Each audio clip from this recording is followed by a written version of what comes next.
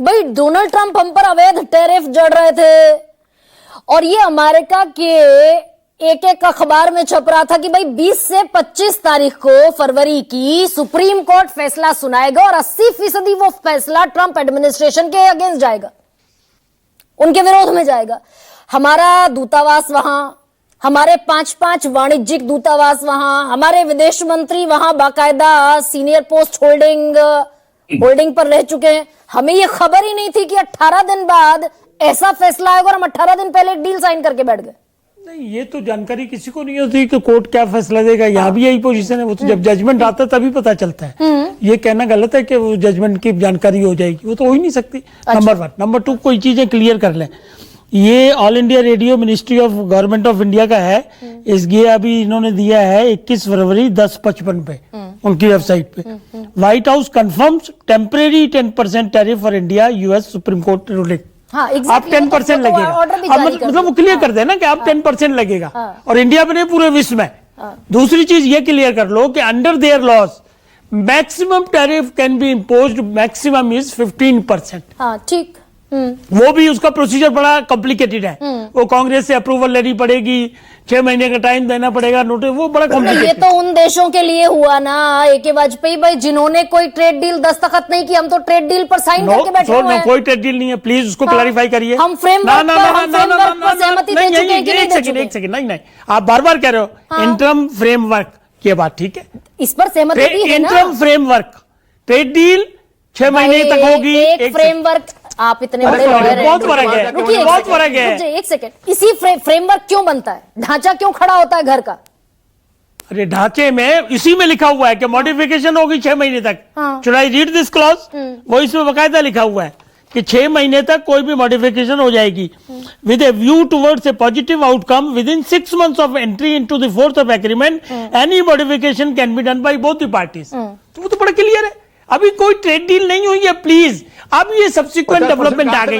एक सेकंड, अब ये सब्सिक्वेंट डेवलपमेंट आ गई जजमेंट सुप्रीम कोर्ट की। अब सारी चीजें रिवर्स हो गई। पहले वो सवारी कर रहे थे हम पे। मतलब आप ये कह रहे हैं कि 18 दिन पहले जिस बात पर हम बल्लियों उछल रहे थे, अब उस ट्रेड डील को दरअसल डस्टबिन में फेंक दे। अरे हम उससे ज्यादा उछलेंगे।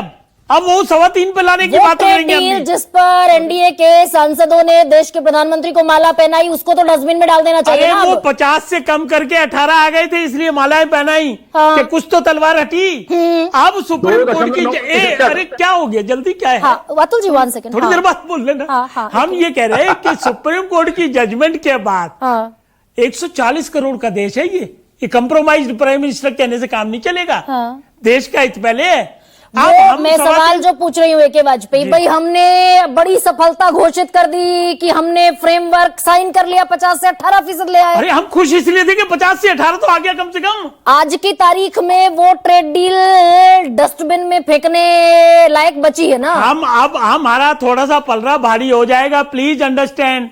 बायलैटरल एग्रीमेंट होते हैं, उसमें पलड़ा कभी किसी का भारी होता है, कभी किसी का होता है, इसीलिए आप इस बात का जवाब ही नहीं दे रहे। मैं देता हूँ। वो ट्रेड डील दरअसल इनवैलिड हो गई ना। अब तो ट्रेड डील तो हुई नहीं है, प्लीज। इंटरिम फ्रेमवर्क वो जो 2 पन्नों का व्हाइट हाउस ने और हमने जारी किया, वो उसी में लिखा हुआ है, इनवैलिड हो गया ना। उसी में लिखा हुआ है ठीक, क्या मॉडिफिकेशन दोनों पार्टियां कर सकते हैं। नहीं, आप समझ नहीं, बड़ा क्लियर है। आप जो हम डील करेंगे, एक सेकंड रुक तो जाइए, 1 सेकंड रुकिए।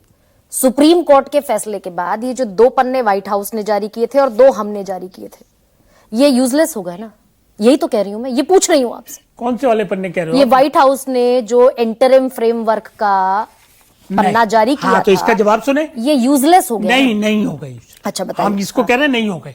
इसमें जो फ्रेमवर्क बना है, उसी फ्रेमवर्क के तहत मॉडिफिकेशन करते हुए फाइनल ट्रेड डील करेंगे। ठीक है। और कल की, आज की 21 फरवरी वाली जो मैंने स्टेटमेंट पढ़ी है, तो इसके हिसाब से तो $100 बिलियन का इंपोर्ट हमें करना पड़ेगा। क्यों करना पड़ेगा?